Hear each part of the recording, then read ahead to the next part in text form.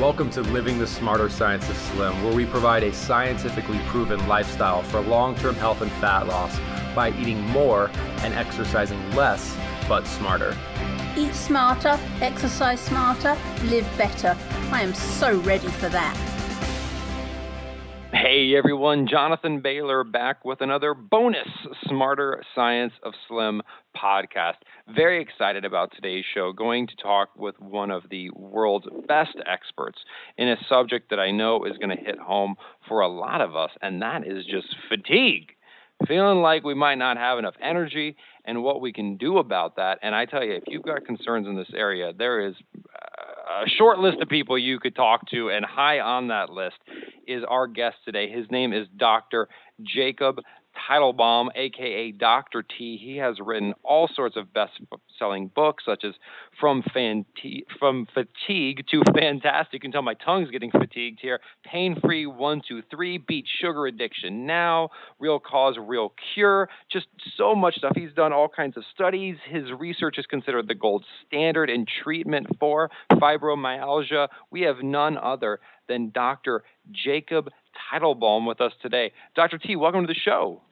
Jonathan, great to be with you. Well, thank you so much for joining us, Dr. T. And really quickly, before we get into the problem we're dealing with, because it is quite significant in our country, what led you to specialize in this area?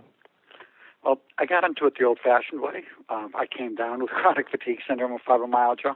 I had the drop-dead flu back in 1975 when I was in medical school. And it basically left me bedbound for a good bit, and I had to drop out of med school. I just could not function. Oh, wow.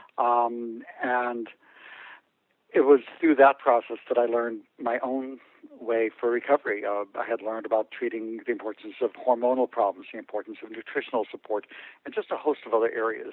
I was able to get myself well. I was able to return to medical school, and have spent the last 35 years teaching about, researching, and helping people with these conditions.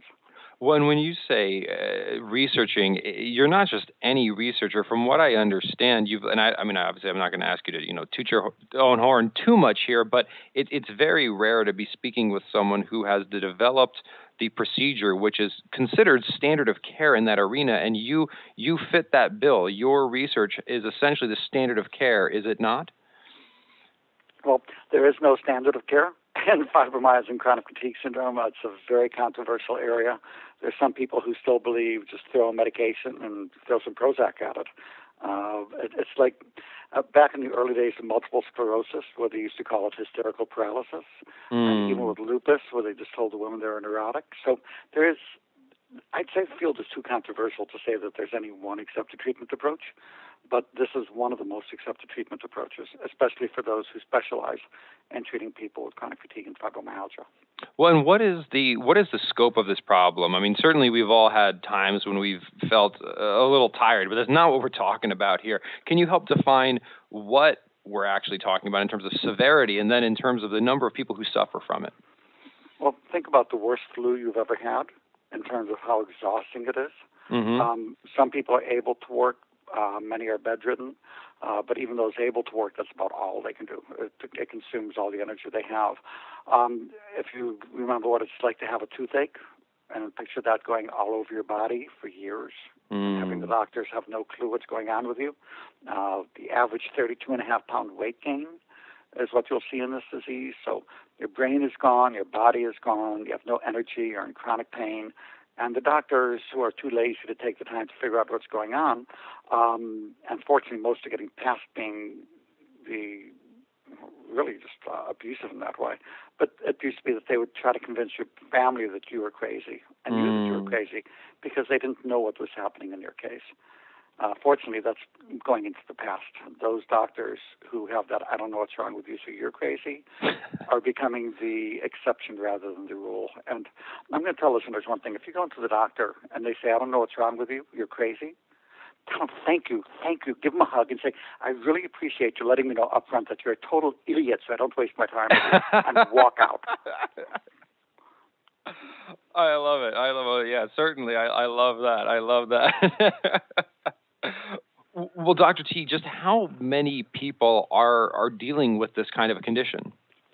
Well, you're looking at 2% of the population having the most severe forms of fibromyalgia, 4% of the population dealing with intermediate forms, and 31% of adults complaining that they've been having chronic fatigue lasting for over a month. So this is a major, major problem that affects, frankly, most people. And who do you know who wouldn't want more energy? Well, and is this, I mean, I'm not the expert here. So is this just like a lifestyle related? Is it genetic? What can we do with our lifestyle to improve it? Can we do anything? This is very treatable. Our research has shown, using what we call the SHINE protocol, which we'll discuss in a little bit, 91% of people improve with an average 90% increase in quality of life. So this is very, very treatable.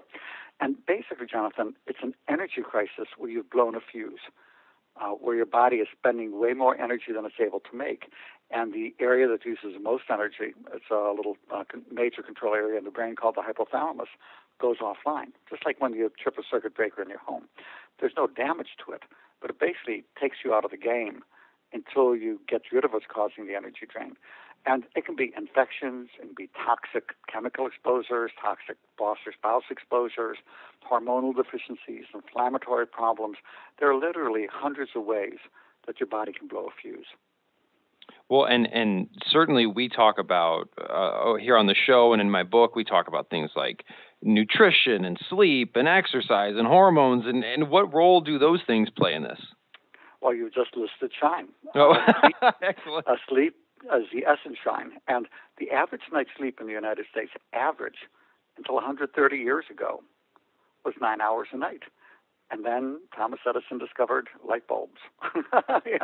Once he invented that, we started going downhill in terms of sleep. Now with computers, radio, TV, Facebook, feeding, and God knows what else, we've taken a 30% pay cut. We're down to less than 7 hours of sleep on average a night. And sleep is critical. If you don't get your sleep, you're going to gain an average of 6 pounds. Compared to those who don't get enough sleep and have a 30% higher risk of obesity. It's one of the things that triggers that 32-pound weight gain we see in fibromyalgia. And Dr. T, that does that have to do with the dysregulation of the hypothalamus? Does it have to do with inflammation in the brain? Like, what's actually happening when we don't sleep enough? Is it just because we're awake longer and therefore we're more likely to eat ice cream, or what's going on? No, what's happening, again, in fibromyalgia, that circuit breaker, the hypothalamus, is also the sleep control center. And that's why the inability to sleep, even though being exhausted, is the hallmark of this disease. Other causes of fatigue is sleep all day and all night. But what happens is that sleep is where you make growth hormone, which is what turns fat into muscle, and also where you go ahead and make several appetite-controlling hormones, especially leptin would be the key one. So you'll end up having to eat more before you feel full during the day. And this is what contributes to the average 6-pound weight gain in people day-to-day, folks who are just not getting enough sleep. I think that's such a profound example, Dr. T. I have uncovered much of the same research in researching my next book, and we hear this old dogma that you're just eating too much, and the question is, sure, but again, why? Why are we eating that much? And if we've literally broken our brain's ability to tell us when we're full, then just starving yourself while you continue to sleep 5 hours a night is not the right approach, is it? Absolutely not. And more to the point, Jonathan, we live in a country where we desperately want to find somebody to make the bad guy. It used to be we could turn blacks into being less than, and then we take other people and we want to make them less than us. We want to make them bad. And we can't do that anymore with blacks or if you're different religions, and even sexual preferences are getting passed out. But now, we can take people who have chronic fatigue or who are overweight and make believe they have a character defect. They're bad. They're weak. They're slobs. All these different things. And it's part of the nature of our society to do that. It's really nasty. So, again, it may have to do with overeating, but I see people who eat nothing virtually, and they will be 40 pounds overweight, and I'll see other people skinny as a beanpole, that you can't get them out of the freezer chugging down the ice cream. So it's so much more than just eating. It has to do with the metabolism, has to do with the appetite regulation, has to do with all these things. Most of the calories you burn are not during exercise. You're just keeping your temperature at 98.6 when it's 60 degrees outside. And if your body is keeping your temperature at 97 instead of 98.6, it doesn't have to burn as much calories hanging around. You will gain weight. Well, you mentioned chugging down the ice cream there. Certainly, all this sugar and starch and garbage we're eating can't be helping matters. Well, sugar drives insulin secretion, and insulin tells your body to pack on fat. So the bottom line is that the average American is pretty much eating their weight in sugar each year. It's 140 to 150 pounds of sugar per person per year that is added into the diet beyond what used to be there 100 years ago. And that's 18% of our calories. And that is one of the major factors driving our metabolism crazy. And the interesting thing is it'll be more common in men that we'll see that if men just stop drinking sodas, they'll often drop 30 pounds. And more so than in women. We don't know why. Men and women are different. But if you treat the metabolism, including getting rid of the sugar, optimizing hormone function, even if the tests are normal, you're going to find that your weight is suddenly able to come down, and you're going to feel a whole lot better. And it sounds like in that scenario, the weight loss really ensues. It's about fixing that hypothalamic system. It's about fixing your central nervous system. It's about fixing your body at a core level, and then it kind of takes care of the rest. I mean, there might be an oversimplification, but am I on the right track? Absolutely. And to make it simpler than that, if you burn more calories, then you will weigh less. It's that simple. So basically, it's a matter of fixing the metabolism. And the same thing that causes us not to be able to burn our calories efficiently, so if we don't have the energy or fuel, also causes us to pack on weight. So we'll find a lot of times when you treat to that SHINE protocol, sleep, hormones, especially thyroid and adrenal issues, in men, even testosterone, once they hit what they call menopause in their 50s. Treat the underlying infections, such as candida, which cause people to crave sugar. Give people the nutritional support so they can burn the calories efficiently and effectively, and then get out and exercise. That's SHINE. You're going to find you feel better, your metabolism improves, your weight comes down, so you're going to feel better, your brain's going to work better, and you're going to look better. And that all focuses on fixing the underlying issue, thinking about your health first. And I'll notice you actually didn't say starve yourself and spend hours on a Stairmaster as part of that regimen. Well, no, I mean, look at it. If you starve yourself, your body's just going to figure that there's famine. And your body knows what to do with famine. It shuts down the furnaces and says, conserve calories. So it'll work for a couple of weeks, but then your body gets the message, we better make the adaptation. So no. And it is good to exercise more, but like I say, most of the calories you burn don't come from exercise. They come from keeping your temperature at 98.6. Oh, absolutely. And, just being awake and what's called basal metabolism. So you do want to exercise, and you do want to clean up the diet in a way that's healthy and tastes good. But I'm going to tell people, avoid sugar, except for chocolate. Chocolate is a health food. Chocolate's more than 3 times more likely to prevent you getting a heart attack than taking these cholesterol medications, for example. So it can be a health food in moderation. So I want people to learn that pleasure is good, but to learn moderation. But I'm going to quote Mark Twain in that too, and he said, moderation in all things, including moderation. Sometimes a blowout's okay. Well, Dr. Teitelbaum, how much, you mentioned they're using a little bit of chocolate or using a bit of cocoa, that which makes chocolate so healthy, to cure what ails us. How much of this, and maybe it varies by severity, can we address without the help of medication, just through lifestyle intervention? Well, as I said, it has to do with the severity. So if you're going ahead and just getting a good multivitamin, and most of them are not. I like the vitamin powders. There's one that's often called the Energy Revitalization System, where instead of 35, 40 pills a day, you just take one drink. If you're getting sunshine, sunshine makes a big difference. The advice to avoid sunshine is insane.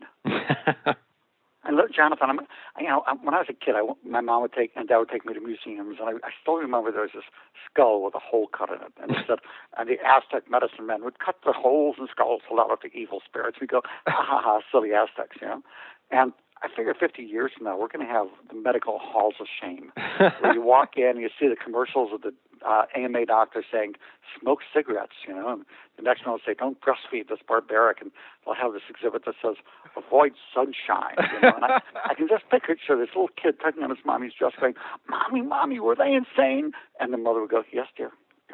So, the simple things in lifestyle. Go outside for a walk in the sunshine. Get a good multivitamin, cut back sugar, stay hydrated, make time for sleep. And you make time for sleep by cutting out the things you don't enjoy. If you're watching the evening news or any of the national networks, remember they have been taught it used to be sex cells, and now the TV mantra is fear cells. So it's not what today's news is, it's what's today's crisis, what's today's conflict and battle. And as long as it feels good and you're having fun and entertained by it, watch it. But when it starts feeling bad, I'm going to teach you this simple Tai Chi move that will really help restore energy. So when you're watching that kind of stuff on TV, just pause, calm, and center. Sweep your arm to the side, grab your remote, point it at the TV, and click off. Hit the comedy channel, So you can make time for sleep, getting rid of those things that you don't enjoy. But here's one key thing, Jonathan, and it's arguably the most important thing. If you are trying to get your energy back so that you can go back to doing a life you hate, your body will shut you down again. Mm-hmm. So we talk about shine to restore energy production. And again, we didn't talk much about thyroid, but low thyroid is a biggie. And most people who need thyroid have normal thyroid blood tests. And we can talk about that if you want. But the key thing is, are you following your bliss? Are you doing the things that you love, that make you feel good? Because if you're doing that, your body will support you by giving you the energy you need. But if you're using your energy to do things you hate, it'll support you for a little while. But pretty soon it's going to pull your car over to the side of the road and say, check your bearings. And you're going to say, but we got to get there now. And it's going to say, we're sitting here on the side of the road. Check the GPS again. Where does it want to go? So you want to start listening, not to your brain. Your brain's going to tell you what you were programmed as a kid that you needed to do to be a good boy and a good girl. Basically, it was programming you to do what other people wanted you to do. No. Listen to your feelings. If something feels good, that's your psyche's way of saying it's authentic. Mm-hmm. And if you do that, your body will start supporting you with tons of energy. Well, I love that, Dr. T. I can definitely, I got a little chills there because I can certainly associate with that. I've noticed that we've all had the experience likely where we're not getting a lot of sleep, which is bad. I'm not saying that's a good thing, but we're not getting a lot of sleep because we're engaged in a project that we love. And even though we're not sleeping as much, we're energized. We feel better because we're just rocking and rolling on our project. And then maybe... And that's okay. Yeah, and then maybe we were actually getting a lot of sleep, but we're working on something we don't really like. And it's just like, dear God, just put the cup of coffee directly into my bloodstream because I got 10 hours of sleep last night and I'm just dragging. And I love that. That's a great distinction there. So... Mm-hmm. And your body will make up the sleep later. I mean, it's okay if you're doing something you love, and it'll tell you when, come on, time out. Well, and Dr. T, just to close really quickly here, you mentioned the T word that gets brought up all the time, especially as we get older, and quite often, especially for a lot of our female listeners, and that's thyroid. Can we talk about that in a little bit? Mm-hmm. Absolutely. It's important to understand that first of all, when that hypothalamus is not working, that controls your entire hormone system. Thyroid, testosterone, estrogen, progesterone, adrenal, the whole shebang there. And doctors, it's funny, they treat the blood test, but they often ignore the person. And they don't understand what normal means in a blood test. Normal just means that you're not in the highest or lowest 2% of the population. It says nothing about whether it's adequate. So if you have a shoe size, if I give you any shoe between size 5 and 13, it will be in the normal range.